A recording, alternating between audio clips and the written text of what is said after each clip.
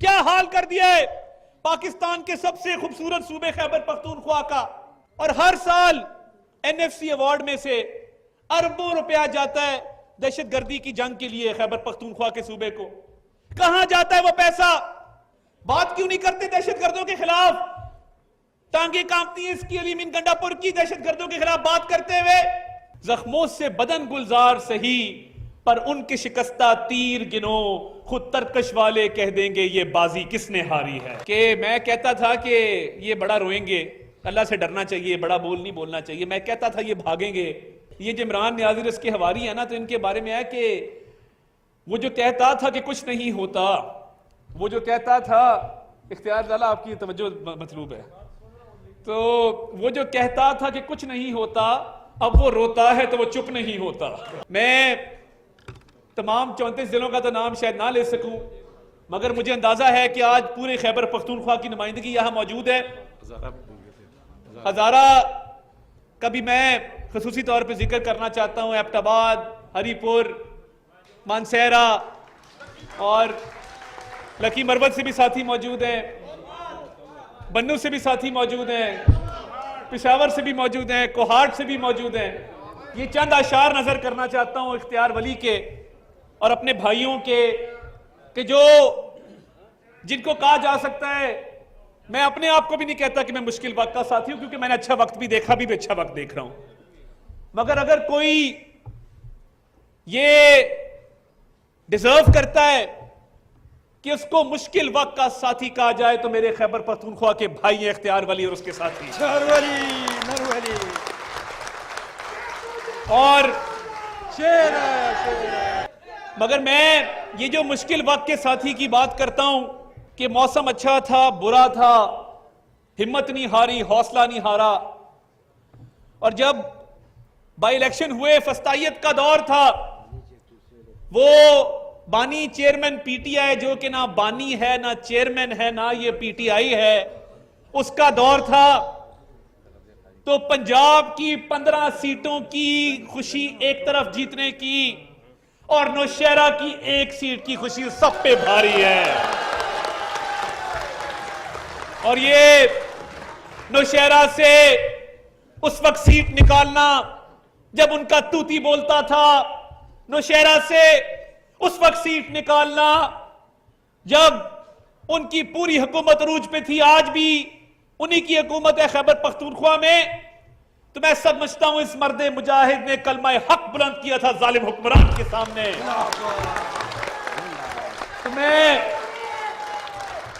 मैं चंद आशार इस बहादुर भाई के नाम और आपके नाम करना चाहता हूं और वो शेर पढ़ूंगा, फिर उसके बाद तकरीर करेंगे। मैं कोई सियासी तकरीर के अलावा कोई और बात नहीं करना चाहता, क्योंकि इस सियासत ने हमें बनाया है, मुस्लिम लीग नून ने बनाया है, मियां नवाज शरीफ, मियां शहबाज शरीफ के हम कारकुन हैं, तो हम यहां पे इकट्ठे हैं आज। तो मैं ये चंद अशार इनकी नजर करता हूं और आपकी नजर करता हूं कि कब यारों को तस्लीम नहीं, कब कोई अदू इनकारी है, कब यारों को तस्लीम नहीं, कब कोई अदू इनकारी है, इस कुए तलब में हमने भी दिल नजर किया जहां वारी है। इस कुए तलब में हमने भी दिल नजर किया जहां वारी है।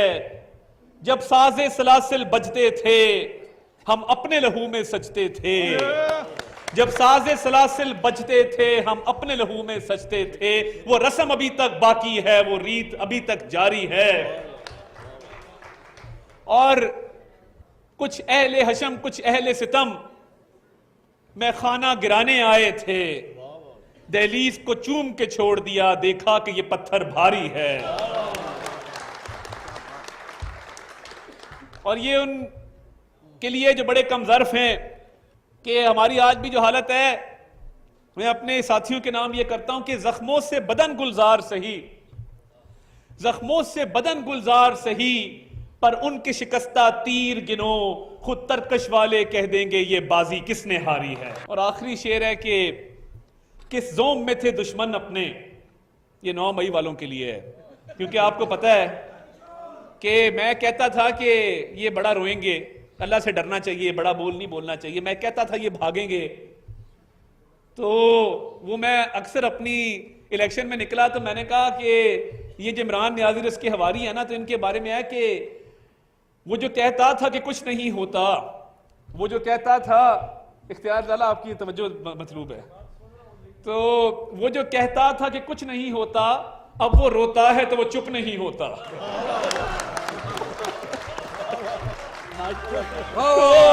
तो ये हालात हैं।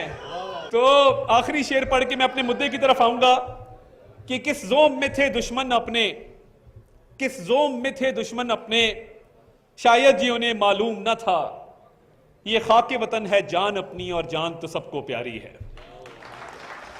तो मेरे भाइयों, मेरे साथियों, मेरी बहनों, मुझे आज बड़ा फख्र है कि मैं अपने खैबर पख्तूनख्वा के गयूर भाइयों से, बहादुर भाइयों से, बहनों से मुखातिब हूं।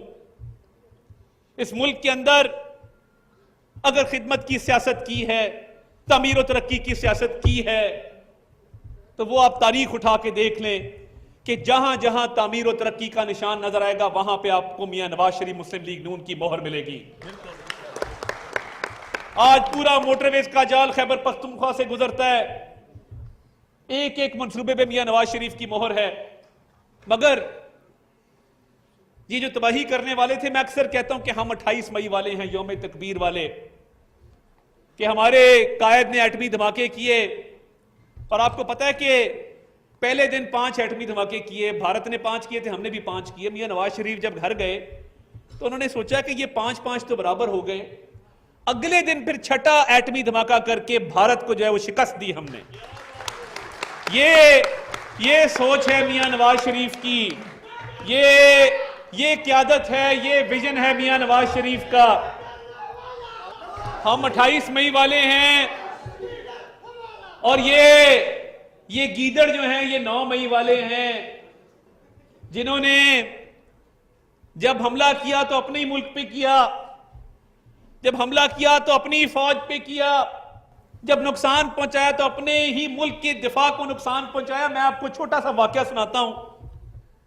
मेरे दादा मरहूम साबिक सदर रफीक तारड़ साहब जब वो सदर थे तो उनके हाथों से सवाबी का एक सपूत है जिसका नाम कैप्टन कर्नल शेर खान है, उसके भाई और उसके वालिद को निशाने हैदर मेरे दादा ने अपने हाथों से दिया। और मैं अभी आपको पूरी स्टोरी सुनाता हूं कि ये स्टोरी है क्या। और जब उसका जस्ते खाकी नूर खान एयरबेस पे लाया गया तो जनाजे में पहली सफ में गौहर अयूब साहब और मेरे दादा उस जनाजे में शरीक थे। तो 9 मई का जब वाकया हुआ तो मैंने देखा कि किला बाला असार के बाहर कैप्टन कर्नल शेर खान के मुजस्मे के साथ बेहुरमती की गई है। मुझे नींद नहीं आई। मैं गाड़ी में बैठा, मैंने अपने ड्राइवर को कहा, मैंने कहा सवाबी चलो। वो कहता है खैर है, आप कभी सवाबी गए नहीं, सवाबी जाना है? मैं कहा सवाबी जाना है। कहता है क्यों जाना है?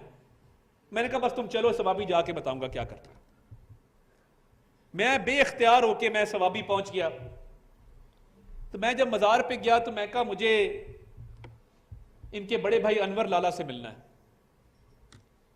उनके मजार पे एक शख्स मौजूद था, उसने कहा जी मैं अनवर लाला को बुला के लाता हूं। और जो तस्वीर में मैंने अनवर लाला देखा हुआ था वो बड़ा जवान शख्स था 1999 में।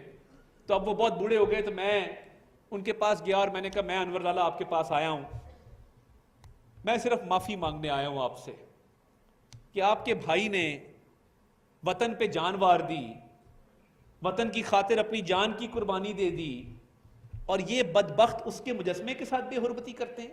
मैं कहा मैं पाकिस्तानी कौम की तरफ से हाथ जोड़ के माफी मांगने आया हूं आपके पास।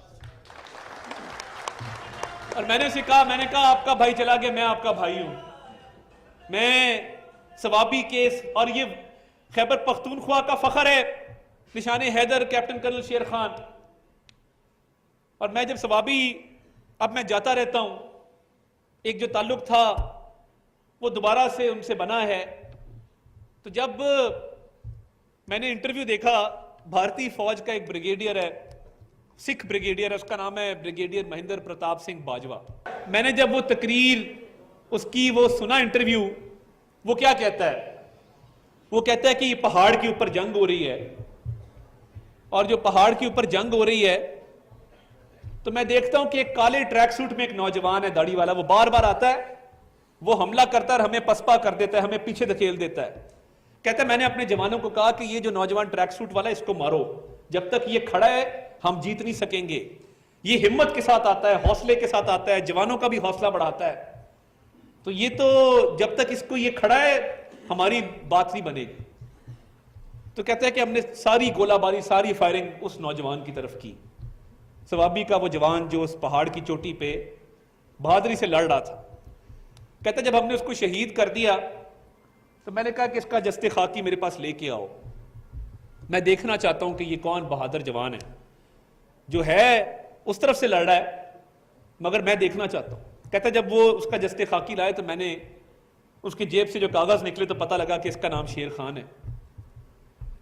और कहते मैंने उसके जेब के अंदर एक खत डाला, वो अंग्रेजी में उसने खत लिखा कि वन कैप्टन कर्नल शेर Khan of 12 NLI has fought very bravely and must be given his due recognition.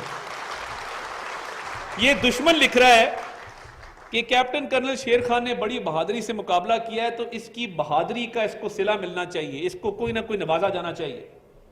वो जब जस्ते खाकी पाकिस्तान पहुंचा तो इंडियन ब्रिगेडियर का वो खत उसकी जेब से निकला, और आप देखें कि वो कैसा जवान होगा सवाबी का जिसकी दुश्मन तारीफ कर रहा है, जिसके हाथों दुश्मन ने नुकसान उठाया और वो कह रहा है कि ऐसा बहादुर जवान लड़ते हुए हमने नहीं देखा।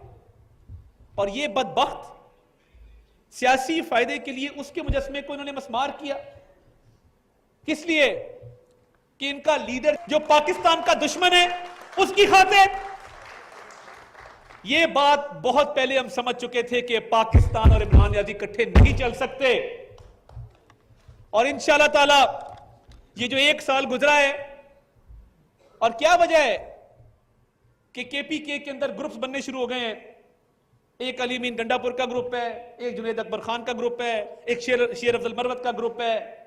ये जो 6 ग्रुप बन रहे हैं, इसकी क्या वजह है? इसकी वजह यह है कि ये मुल्क के साथ मुखलिस नहीं तो अपनी पार्टी के साथ कैसे मुखलिस हो सकते हैं। जो शख्स अपने मुल्क का नहीं है वो किसी पार्टी का क्या साथ निभाएगा। और मैं आज दिल की बातें करूंगा, मैं सियासी कारकुन हूं, मुझे लगी लिपटी कि बगैर बात करने की आदत है, और इसलिए मैं अभी जो बात की कोई लिखी हुई तकरीब नहीं है, मैं दिल की बातें आपसे करने आया हूं। इस एक साल में देखें ना मुल्क कहां से कहां आ गया। और मुझे ये बताइए, मियां शहबाज शरीफ ने भरपूर काविश की और उसमें मईशत बेहतर हुई, डिफॉल्ट के दहाने पे खड़े थे और ये बदबख्त दुआएं मांगते थे कि मुल्क डिफॉल्ट हो जाए। डिफॉल्ट का मतलब पता है आपको? अगर खुदा ना खास्ता ये मुल्क डिफॉल्ट हो जाता तो बैंकों के बाहर लाइनें होती लोगों की पैसे निकलवाने के लिए, लूटमार चल रही होती है आपके शहरों के अंदर, पाकिस्तान में एयरलाइनें आना बंद हो जाती, कारोबार ठप हो जाते, शटर डाउन हो जाते, और चोर डाकू गलियों में फिर रहे होते।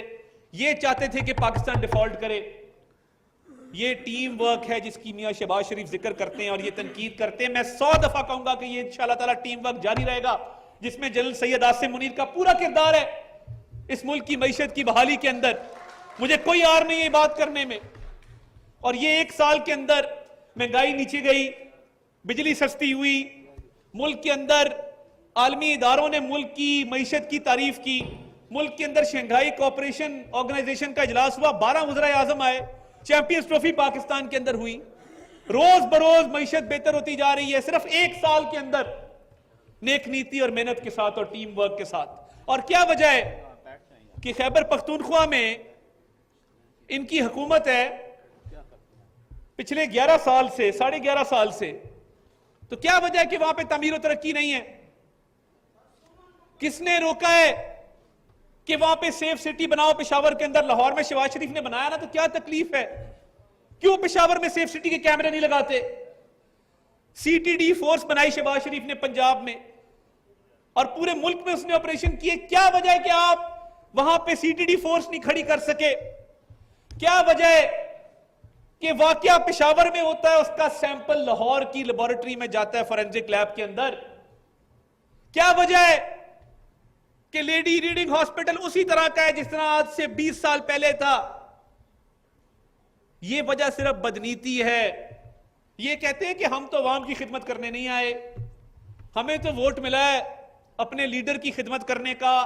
ये कहते थे हम कोई गुलाम है। हां, तुम गुलाम हो, तुम ज़हनी गुलाम हो, तुम जिस्मानी गुलाम हो, तुम नस्ल दर नस्ल गुलाम हो कि तुम्हें मुल्क नजर नहीं आता, तुम्हें सूबा नजर नहीं आता और लीडर के कदमों में बैठ के सारा दिन उसकी खुशामद करते। शर्म आनी चाहिए। क्या हाल कर दिया है पाकिस्तान के सबसे खूबसूरत सूबे खैबर पख्तूनख्वा का। और हर साल एनएफसी अवार्ड में से अरबों रुपया जाता है दहशतगर्दी की जंग के लिए खैबर पख्तूनख्वा के सूबे को। कहां जाता है वो पैसा? बात क्यों नहीं करते दहशतगर्दों के खिलाफ? टांगे कांपती है इसकी अली मीन गंडापुर की दहशतगर्दों के खिलाफ बात करते हुए। कल मैं हक बुलंद करो ना करो बात। मैं कल भी कहता था, आज भी कहता हूं और कहता रहूंगा कि जब तक ये टीटीपी का और दहशतगर्दों का खात्मा नहीं कर देते, इनको जड़ से उखाड़ के नहीं फेंक देते, इंशाअल्लाह ताला मियां शहबाज शरीफ की क़यादत में, आर्मी चीफ की क़यादत में चैन से नहीं बैठेंगे इंशाअल्लाह ताला।